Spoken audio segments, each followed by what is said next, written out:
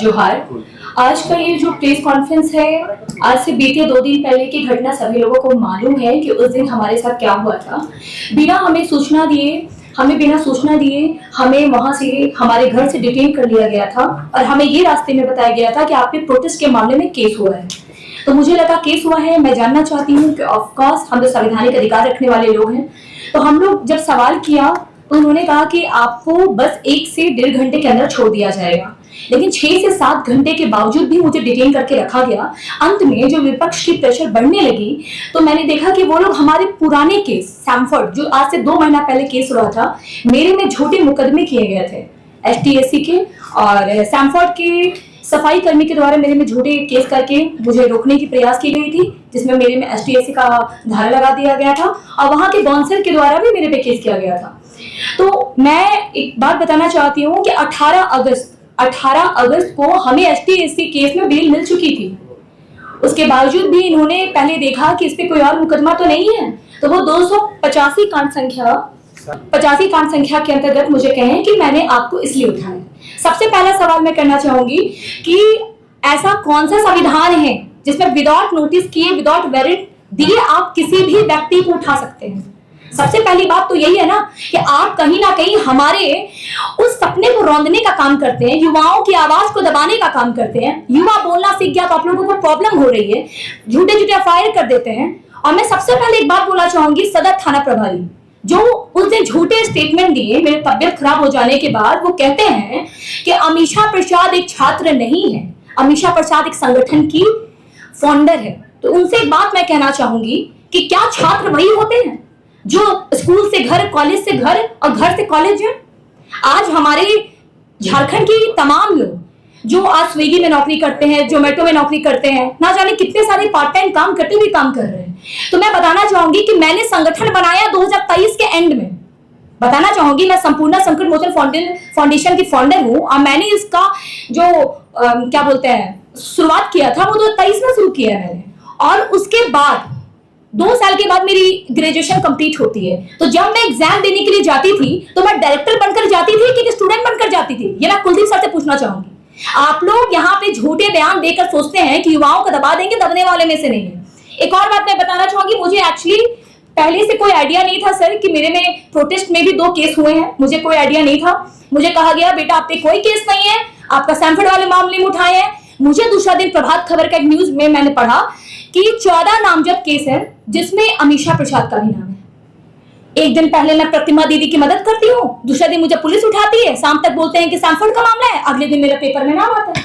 तो इससे ये साबित होता है कि प्रशासन जो यहाँ पे कर रही है वो क्या कर रही है, गुमराह करने का प्रयास कर रही है। मेरे में एक केस नहीं किया गया, शहबाज आलम जी के द्वारा मेरे पे एक केस किया गया कि मैं दंगा फैला दी, मैंने मारपीट करा है, और एक अंचल अधिकारी की तरफ से केस किया गया है। तो 2 केस हुए हैं, 2 केस फॉल्स केस है, मुझे पता है। अब मुझे डर नहीं लग रहा है कि मैं इस प्रोटेस्ट में मेरे पे एक और 2 केस हो गए।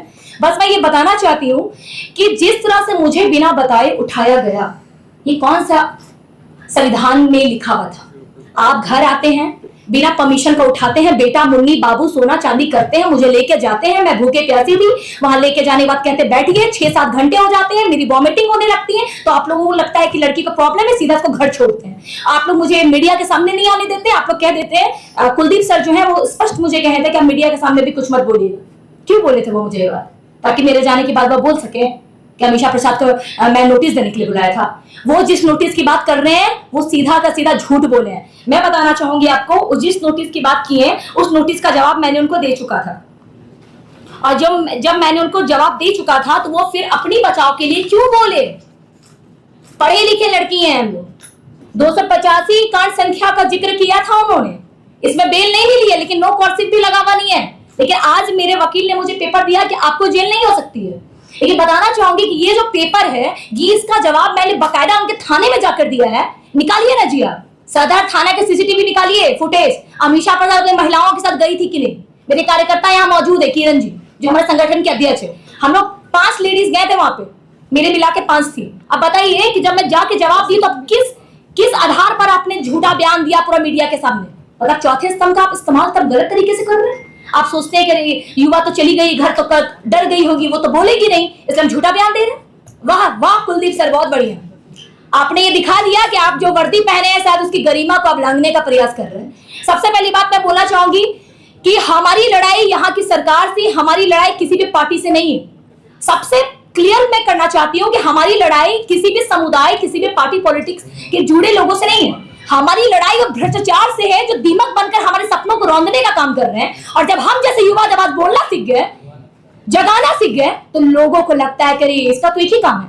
मैं एक और बात कहना चाहूंगी सैमफोर्ड के बारे में। उन्होंने कहा मुझे अमीषा प्रसाद सैमफोर्ड में तोड़फोड़ की थी।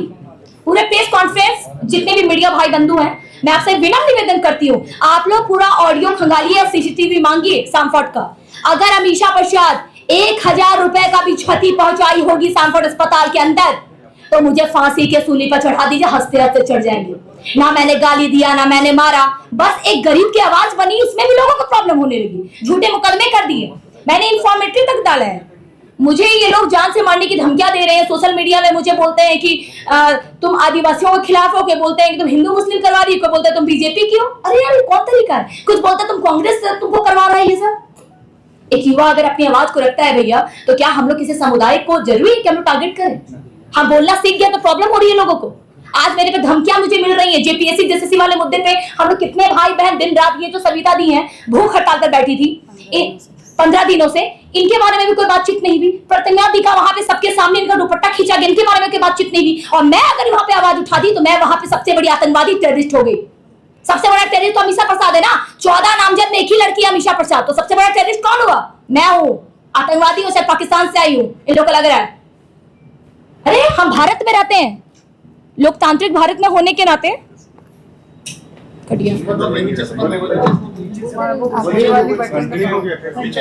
होने के नाते आप बताइए कि हम लोग को अधिकार नहीं है क्या भैया कि हम लोग अपनी आवाज को रखें? हम लोग नेता हो जाते हैं, अपनी तकलीफ को नहीं बता सकते। जेपीसी जेएसएससी में हम लोग किसको टारगेट कर रहे हैं?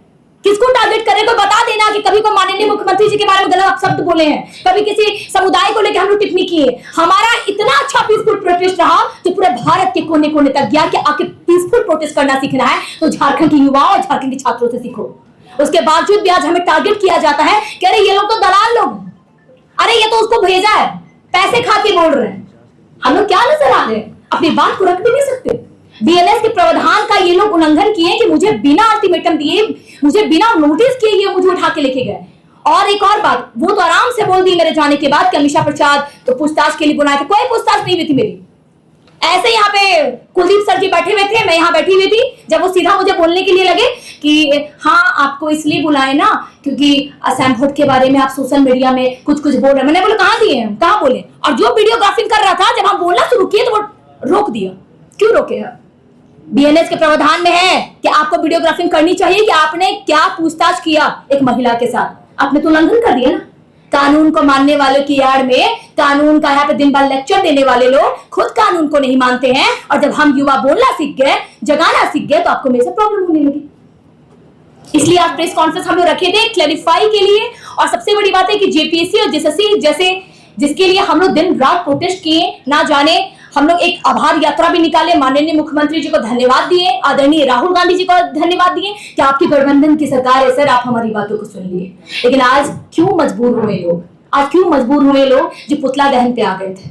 पुतला दहन करने के समय ही दोनों बहनों के साथ छेड़छाड़ हुआ था, इनके साथ जबरदस्ती दुपट्टा खींचा गया था। मैं पुतला दहन में मौजूद नहीं थी, ये मैं मानती हूँ, लेकिन जब मैं इनके सपोर्ट में गई तो मुझे लोग बोलने लगे कि आप क्यों आई सपोर्ट में। ये सवाल था मुझसे जो थाना में पूछा गया कि आप क्यों गई सपोर्ट में। मेरे सामने किसी लड़की का आबरू में बात आ जाए, मेरे सामने किसी बहन का इज्जत लूटा जाए, मेरे सामने किसी का दुपट्टा खींचा जाए, अगर हम वहां जाके थोड़ा एग्रेसिव में बोल देते हैं तो हम आतंकवादी हो जाते हैं। उसी दिन पर केस रजिस्टर हो जाता है दंगा फैलाने का, हथियार रखने का। क्या प्रूफ है? शहबाज आलम जी कहना चाहेंगे आपको, आइए ना टेबल टॉक कीजिए ना, सब दूध का दूध पानी का पानी करेंगे। आपने जो केस किया है वो फर्जी है कि असलियत है? आप लोग तो बस सोच रहे हैं कि अरे लड़की लोग है, युवा है, कोई औकात तो है नहीं इन लोग का, तो डरा देते। आइए टेबल टॉक कीजिए। एक भी निकल जाए अभद्र लैंग्वेज, हथियार वाला, छेड़छाड़ में, एक होता है कि हम लोग दंगा फैला रहे, कुछ भी निकल जाएगा तो आप सीधा हमें जेल में डालिए। हम लोग कोई प्रोटोकॉल नहीं तोड़े थे। स्पेशली जिस प्रोटोकॉल के अंतर्गत बात करने के लिए कहा गया था, उसी प्रोटोकॉल के अंतर्गत हम लोग अपनी बातों को रखे थे। लेकिन ना जाने क्यों ऐसा गेम किया जा रहा है हमारे साथ, मुझे कुछ आइडिया नहीं है। लेकिन फिर भी कहना चाहूंगी कि प्रोटेस्ट में भी 2 केस हो गए।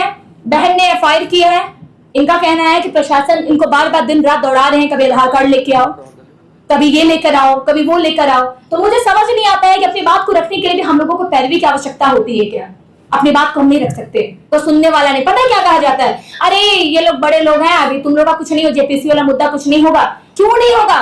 10 साल से जो युवा, हर भाई बहन के बारे में बोलना चाहूंगी, जो राजधानी में रहकर रैपिडो, स्विगी, जोमेटो जैसे जगह काम करके, कोई शोरूम में काम करता है, कोई अपने माँ बाप का वृद्धा पेंशन लेके काम करता है, वो लोग क्यों आते हैं? अपने बूढ़े माँ बाप का लाठी बनने। माँ बाप बोलता है ना, जो बेटा तू जो ने हमारे घरवा के लाठी बन भी ने, ये पैसा तो बाद में कमाए जीवे।